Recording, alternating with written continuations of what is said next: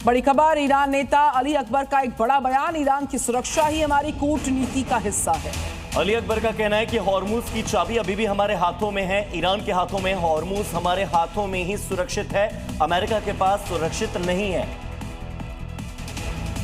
Hormuz की चाबी अभी भी हमारे हाथों में है, हमारे हाथों में ही हॉर्मुज पूरी तरह सुरक्षित है। मिडिल ईस्ट में तनाव लगातार दिन पर दिन बढ़ता जा रहा है। आईडीएफ ने वेस्ट बैंक के तुलकर्म शहर में एक बड़ी कार्रवाई को अंजाम दिया है। इधर दक्षिणी लेबनान के काना इलाके में भी तबाही की जो तस्वीरें सामने आई हैं वो काफी डराने वाली हैं। देखिए, आईडीएफ ने दावा किया कि फिलिस्तीनी शहर तुलकर्म में एक 3 मंजिला इमारत को एयर स्ट्राइक में ध्वस्त कर दिया गया। इजरायली इंटेलिजेंस का दावा है कि यह स्ट्रक्चर कथित तौर पर बम बनाने की लैब के रूप में इस्तेमाल हो रहा था। उधर दक्षिण लेबनान के काना इलाके में भी इजरायली हमलों के बाद भारी नुकसान की तस्वीरें सामने आई हैं। कई इमारतें मलबे में तब्दील हो चुकी हैं, जबकि स्थानीय लोगों में दहशत का माहौल है। मिडिल ईस्ट में जारी इन हमलों ने क्षेत्रीय तनाव को और बढ़ा दिया है। इजराइल और हिजबुल्लाह के बीच हमले लगातार बरकरार हैं। शांति वार्ता के सफल न होने के बाद इजराइल लेबनान बॉर्डर पर और सैन्य तैनाती कर रहा है। हिजबुल्लाह की तरफ से ताबड़तोड़ हमलों के बाद इजराइल ने लेबनान बॉर्डर पर हेलीकॉप्टर और जवानों और बड़े स्तर पर तैनात कर रहा है, क्योंकि लेबनानी मिलिशिया ग्रुप हिजबुल्लाह के बीच जमीनी लड़ाई तेज हो गई है और लगातार गोलीबारी जारी है। और ये गोलीबारी तब तक चलेगी जब तक हिजबुल्लाह हथियार छोड़ने की डील नहीं कर लेता। लेकिन दूसरी तरफ हिजबुल्लाह भी मानने को तैयार नहीं है। उसके लड़ाके इजरायली सैनिकों पर लगातार अटैक कर रहे हैं।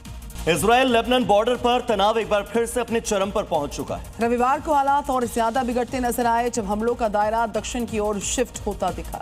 सीमा पर लगातार सैन्य गतिविधियां तेज हो गई हैं। दोनों तरफ से जवाबी कार्रवाई के चलते हालात बेहद नाजुक बने हुए हैं। इजरायली सेना अलर्ट मोड पर है, वहीं लेबनान की तरफ से भी जवाबी तैयारियां जारी हैं। इस बढ़ते तनाव के बीच अगले हफ्ते संभावित बातचीत को लेकर कूटनीतिक हलचल भी तेज हो गई है। दुनिया की नजरें अब इस बात पर टिकी हैं कि क्या बातचीत से हालात सामान्य हो पाएंगे या टकराव और बढ़ेगा।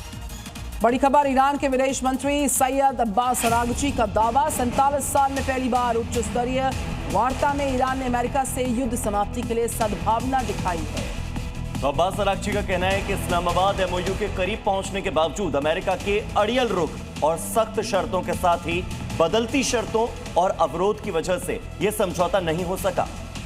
अरागची ने कहा कि सद्भावना का जवाब सद्भावना, दुश्मनी का जवाब दुश्मन ही होता है। तो ईरान और अमेरिका के बीच में शांति वार्ता फिलहाल बेनतीजा रही, लेकिन बातचीत के दरवाजे अब भी बंद नहीं हुए। ईरान के विदेश मंत्रालय के प्रवक्ता ने बताया कि अमेरिका के साथ हुई लंबी बातचीत में कुछ मुद्दों पर सहमति बनी, लेकिन 2 से 3 अहम मसलों पर अब भी बड़ा मतभेद कायम है। पाकिस्तान में करीब 21 घंटे चली इस हाई लेवल मीटिंग के बावजूद कोई ठोस समझौता नहीं हो सका। हालांकि ईरान ने साफ किया है कि कूटनीतिक कोशिशें जारी रहेंगी और बातचीत का सिलसिला आगे भी चलता रहेगा। यानी फिलहाल डील टली है, लेकिन डिप्लोमेसी अभी भी जारी है। तो ईरान अमेरिका के बीच में बातचीत फेल होने के साथ ही फिर से युद्ध की सुगबुगाहट बढ़ने लगी है, क्योंकि डोनाल्ड ट्रंप ने वार्ता से पहले ही कह दिया था कि चाहे समझौता हो या ना हो, अमेरिका की ही जीत होगी। तो क्या ट्रंप के इस बयान के पीछे ईरान में फिर महाविध्वंस मचाने वाले संकेत है? संकेत तो और भी सामने आ चुके हैं।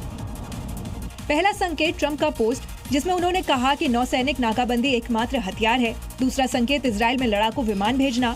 तीसरा संकेत हॉर्मुज स्ट्रेट के पास युद्धपोतों को भेजना। और चौथा संकेत मिडिल ईस्ट में मरीन की तैनाती बढ़ाना। इन सब संकेतों से समझा जा सकता है कि अब ट्रंप ईरान को दहलाएंगे। अमेरिकी सूत्रों के मुताबिक मिडिल ईस्ट में हजारों मरीन्स और विमानों को तैनात किया गया है, तो 2000 पैरा ट्रूप्स को ग्राउंड ऑपरेशन के लिए भेजा गया है।